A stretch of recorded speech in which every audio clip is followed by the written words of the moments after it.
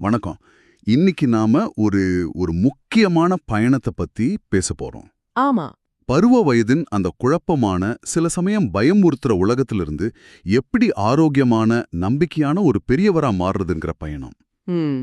இந்த பயணத்துக்கு நம்ம வழிகாட்டியா இருக்க போறது ராபி எச் ஹாரிஸ் எழுதின இட்ஸ் பெர்ஃபெக்ட்லி நார்மல் என்கிற ஒரு புத்தகம். ரொம்ப முக்கியமான புத்தகம். ஆமா, நீங்க கேட்டிருந்தீங்க அந்த புத்தகத்தோட சாரத்தை சுருக்கமா ஆழமா அலசணும்னு. வாங்க அதை பத்தி விரிவா பேசுவோம். கண்டிப்பா. இது வெறும் தகவல் புத்தகம்னு சொல்லிட முடியாது.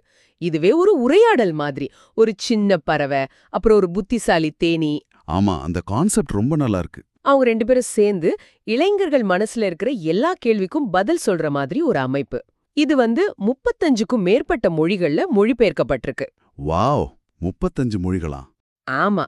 அதுவே சொல்லுது உலகம் முழுக்க இளைஞர்களோட கேள்விகள் அது ஒன்னாத்தான் இருக்குன்னு. இல்லையா? ஆழமான விஷயம் அது. சரி, அப்போ புத்தகத்தோட முதல் அந்த மையமான கேள்விக்கே போயிடலாம். கேட்கறதுக்கு ரொம்ப சிம்பிளா இருக்கும், ஆனா ரொம்ப சிக்கலான கேள்வி. ஆமா, பால் அல்லது செக்ஸ்னா என்ன? புத்தகம் இதுக்கு ஒரே பதில் இல்லைன்னு சொல்லுது இல்லையா? கரெக்ட்.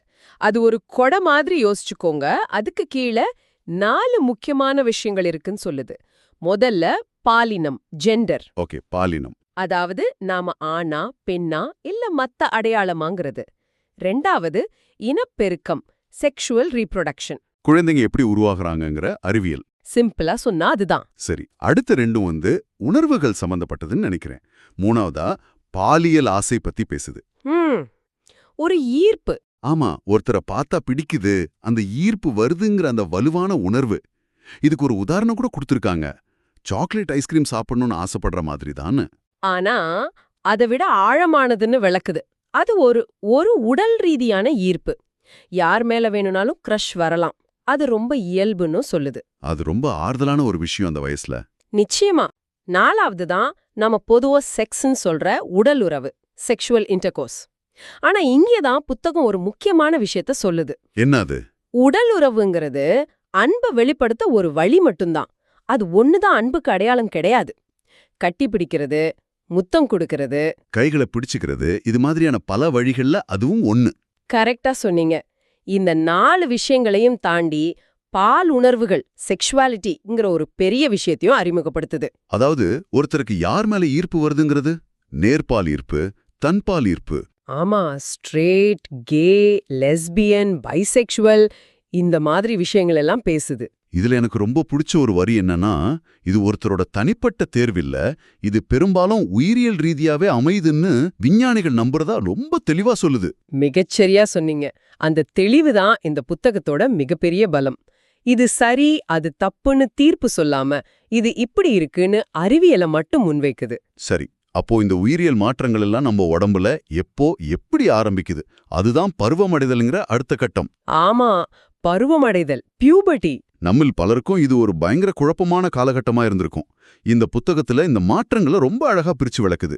பெண்களோட பருவமடைதல முட்டையின் பயணம்னும், ஆண்களோட பருவமடைதல விந்தணுவின் பயணம்னு தலைப்பு வச்சிருக்காங்க. கவித்துவமா இருக்குல்ல? ரொம்ப. அந்த பயணம் எப்படி தொடங்குதுன்னு புத்தகம் விளக்குது பாருங்க. நம்ம மூளை தான் கண்ட்ரோல் ரூம். ஆமா, அது சரியான நேரத்துல சிக்னல் அனுப்புது.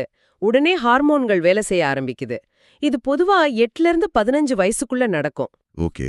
இங்கதான் அந்த பறவையும் தேனியும் ரொம்ப அழகா பேசுவாங்க. எல்லாருக்கும் ஒரே நேரத்திலேயே அந்த மாற்றம் வரும்னு பறவை கேக்கும். அதுதானே எல்லாரோட கேள்வியும். ஆமா, அதுக்கு தேனி சொல்லும், இல்லவே இல்ல, ஒவ்வொரு செடியும் ஒவ்வொரு நேரத்துல பூக்குற மாதிரி ஒவ்வொருத்தரோட உடம்பும் அவங்க வேகத்துல தான் மாறும்னு. வாவ், அந்த ஒப்பீடு எவ்வளவு ஆறுதலா இருக்கு. ஏன்னா அந்த வயசுல மத்தவங்களோட நம்மள ஒப்பிட்டு பார்த்து ரொம்ப கவலைப்படுவோம். எனக்கு மட்டும் ஏன் இப்படின்னு தோணும். அந்த உணர்வை இந்த புத்தகம் புரிஞ்சுக்கிட்டு பேசுது. ஆமா, முடிவளர்ச்சி, அதிகமா வேர்க்கிறது, முகப்பரு, குரல் மாற்றம்னு எல்லா மாற்றங்களையும் பட்டியலிட்டு இதெல்லாம் நடக்கும்போது நீங்க சந்தோஷப்படலாம், குழம்பலாம், ஏன் வெக்கப்படக்கூட செய்யலாம். எந்த உணர்வா இருந்தாலும் அது பெர்ஃபெக்ட்லி நார்மல்னு சொல்லுது. ஆமா. இதுல சுய இன்பம், அதாவது மாஸ்டர்பேஷன் பத்தி பேசுற விதமும் ரொம்ப முக்கியமானது. பல கலாச்சாரங்கள்ல இது பத்தி பேசவே தயங்குவாங்க. ஒரு மாதிரி தப்பான விஷயமா பார்க்கப்படுது. ஆனா இந்த புத்தகம், இது உங்க உடம்ப நீங்களே தெரிஞ்சுக்கிற ஒரு வழி, இது முற்றிலும் இயல்பானது, தனிப்பட்ட விஷயம், இன்னும் ரொம்ப நேரடியா எந்த விதமான குற்ற உணர்ச்சியும் இல்லாம சொல்லுது. இது அந்த வயசுல இருக்கிறவங்களுக்கு ஒரு பெரிய பாரத்தை குறைக்கும்னு நினைக்கிறேன். கண்டிப்பா.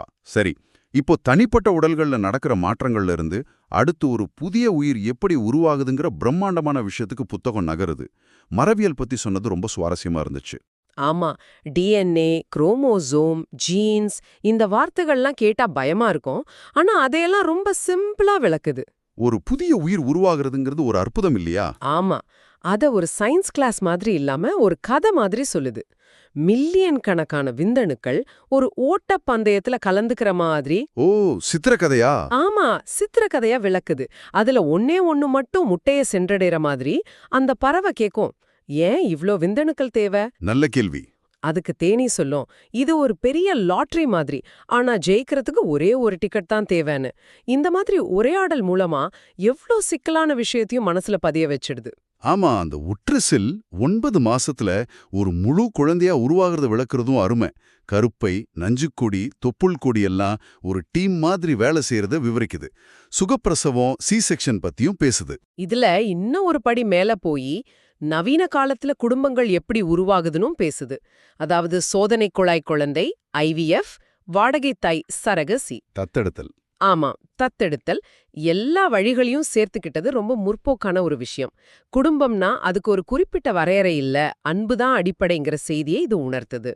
சரி, இந்த உயிரியல் அறிவெல்லாம் ஒரு பக்கம். ஆனா இந்த புத்தகத்தோட உண்மையான நோக்கம் இந்த அறிவை வச்சு நீங்க எப்படி பொறுப்பான ஆரோக்கியமான முடிவுகளை எடுக்கணும்னு கத்துக் கொடுக்கறது தான். அதுதான் கடைசி பகுதி இல்லையா? கரெக்ட். புத்தகத்தோட தாரக மந்திரமே அறிவுதான் உங்க சிறந்த பாதுகாப்புங்கிறது தான். ஓகே.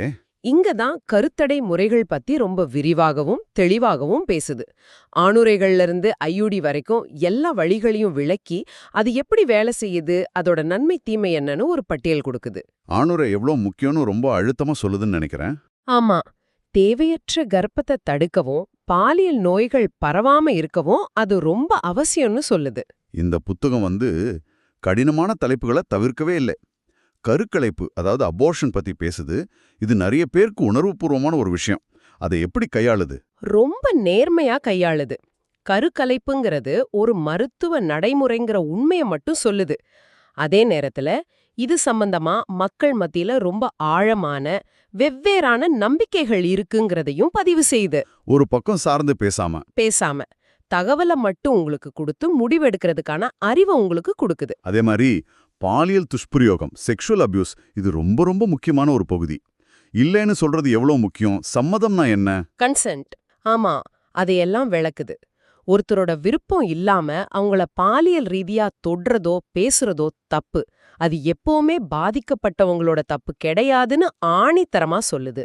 இது ரொம்ப முக்கியமான ஒரு செய்தி. ஆமா, இதுல வெறும் வரையறையோட நிறுத்திக்கல. அப்படி ஒரு சம்பவம் நடந்தா நீங்க நம்புற ஒரு பெரியவங்கள்ட்ட எப்படி பேசணும், யாரிடம் உதவி கேட்கணும்னு நடைமுறை ஆலோசனைகளும் கொடுக்குது.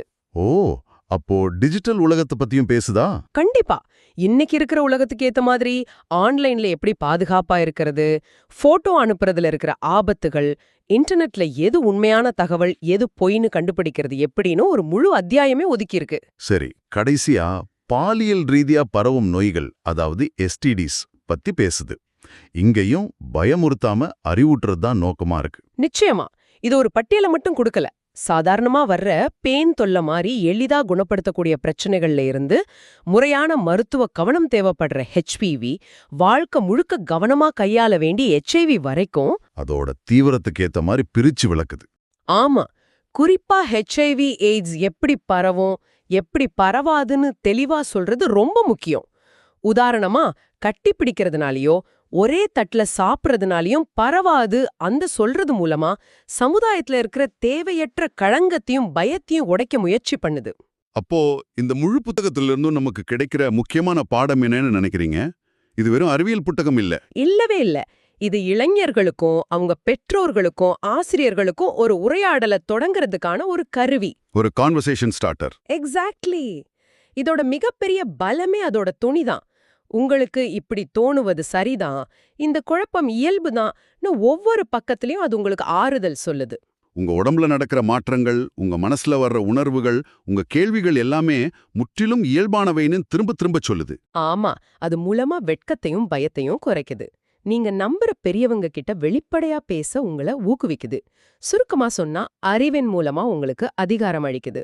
இந்த புத்தகம் பல வருஷங்களுக்கு முன்னாடி எழுதப்பட்டு, இப்போ பாலின அடையாளம், இன்டர்நெட் பாதுகாப்புன்னு புதிய விஷயங்களை சேர்த்து அப்டேட் செய்யப்பட்டிருக்கு. இது என்ன ஒரு விஷயத்தை சிந்திக்க வைக்குதுன்னா, ம் இன்னும் ஒரு 20 வருஷத்துல அறிவியல், சமூகம் எல்லாம் இன்னும் மாறும். அப்போ நாம இந்த தலைப்புகளை பத்தி பேசுற விதம் எப்படி மாறும்?